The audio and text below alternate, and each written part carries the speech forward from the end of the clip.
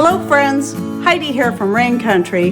God is good all the time. And I'm here for another video to go in my natural remedy lists series. And that is where I compile a bunch of herbs, foods, and more to help alleviate certain ailments or even just to boost the health of your hair, your skin, whatever it is you're working on boosting the health of.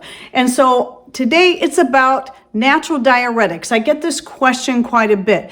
And I'm going to say right off the bat, if you are on pharmaceutical diuretics, get yourself off of those. Like pretty much all pharmaceuticals, I actually personally would say all, but any synthetic pharmaceuticals, you're going to be much healthier going with a natural option. And when it comes to diuretics, this one is easy. So I'm going to list off first the herbs, and then I'm going to go through the list of foods and then cover a few other things.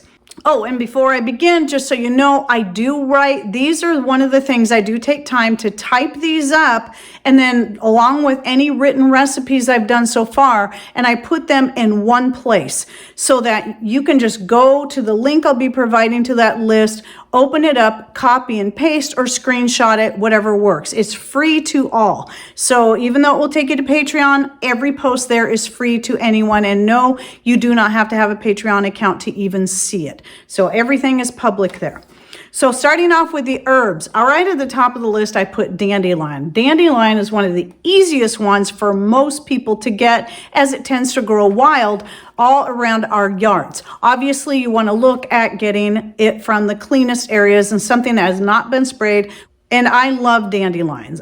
All parts of the plant are medicinal and edible, and you can use them in so many different ways. And it's one of the videos I have in my long series of herb profiles and more and I'll put the full link to that down below. But even since shooting the video a few years ago about the many uses of dandelions, I broke it down into flowers, leaves, and roots. I've used them for even more things since. So anyway, check that out. I do believe though, as far as diuretic properties, you're going to find most of that in the roots and in the leaves. I eat a lot of dandelion leaves through the years. They're coming in fresh. I actually love to eat them right off the plant, and the flowers too, and the stems. The stems are my favorite part. Now, I'm going to continue on, but keep in mind, there's a lot of these that people can either grow easily in their own garden or can forage for. So parsley, hibiscus, and most of these you're going to consume in the form of a tea. That's going to be probably the best, but you can do tinctures or extracts out of them. Ginger, horsetail. A lot of people can find horsetail growing wild. I do recommend you check out the video I did on that because there's different types of horsetail. Some is toxic and some is not. But if you check out that video in there, in fact, I'll link to that one separately. I show you how you can tell the difference between the two. Caraway, any tea from the Camellia sinensis or Camellia japonica. So that's going to be your black, white, oolong, or green tea. So a lot of times you'll see green tea. Really, it applies to any of those teas. It's about the plant that it's coming from. So, you know, you have herbal teas and then you have true tea, which is anything from the Camellia plant. And then, of course, coffee. You know, a lot of us know that coffee is definitely a diuretic. So that's going to definitely flush things out of there. But not everybody can or should be drinking coffee, so I understand that. And then Nigella sativa, which is commonly known as black seed or kalonji. I have a video on this as well. Hawthorn berry, juniper berry, dill, nettle. This would be the root and the leaves. I use nettle leaf a lot, by the way. Very nourishing to the body, very, very healthy. Bay leaves, also known as laurel. Pennyroyal, lemon verbena. I absolutely love the aroma and flavor of lemon verbena. I like it better than lemon balm myself. It's a wonderful flavor and smell, and it makes a beautiful tea. Marigold or calendula. Some people think these are the same. They're very closely related, but calendula and marigold are different plants, and you can tell just by looking at the leaves. So calendula is often also called pot marigold, but both are very good for helping to flush out the system and get rid of excess water retention. A lot of these herbs that I'm reading off are also anti-parasitic and also good for helping to detoxify the body from heavy metals and more.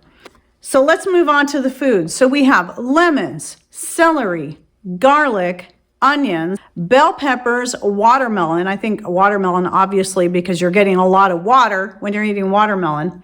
Grapes, asparagus, pineapple, cucumbers, berries, oats, pumpkin seeds. There's another good one that's a natural anti-parasitic. Carrots, quince, figs, barley, tomatoes, and eggplant.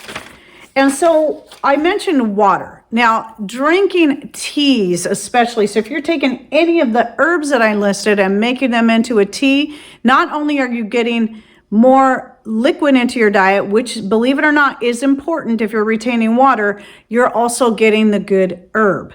So some people have the wrong conclusion that, well, if I drink more water, won't I retain more water? No, it's actually the other way around. Sometimes your body will retain water to prevent dehydration. So it's a reactionary thing. So if your body senses it's dehydrating or it's not getting enough water, it will start retaining water. It's the same reason why your blood pressure goes up, is it needs to go up to counteract the stress you're under. And getting a fever. You get a fever to help kill the bacterial or viral infection that you have. These bodily functions serve a purpose. And so instead of medicating them, let's find natural ways to help ease that, but also get to the root of the problem that's causing that. So if you're retaining water, it could be simply that you're just not getting enough water to begin with. But one thing to keep in mind, though, is that if you take too many diuretic herbs and you're not constantly replenishing your water, then you're going to, even though the natural herbs, too much can flush too much water out and then dehydrate you. And then you'll just be back to square one. So make sure you're just always paying attention to your body. And then, of course, the obvious things are making sure you're getting good exercise as you're able to. We know not everybody can do the same kind of exercises. Some people are disabled, but most of us can all find some form of movement, even if it's just moving our arms. And then exercising your brain, believe it or not, is a great exercise too. So anything you can do to just keep yourself as active as possible is going to help with any ailments that you may suffer. And then eating plenty of magnesium-rich foods, which you'll find a lot of these very foods that I listed off and herbs are already high in magnesium. So making sure that you're just getting a good, healthy diet, that's what really matters.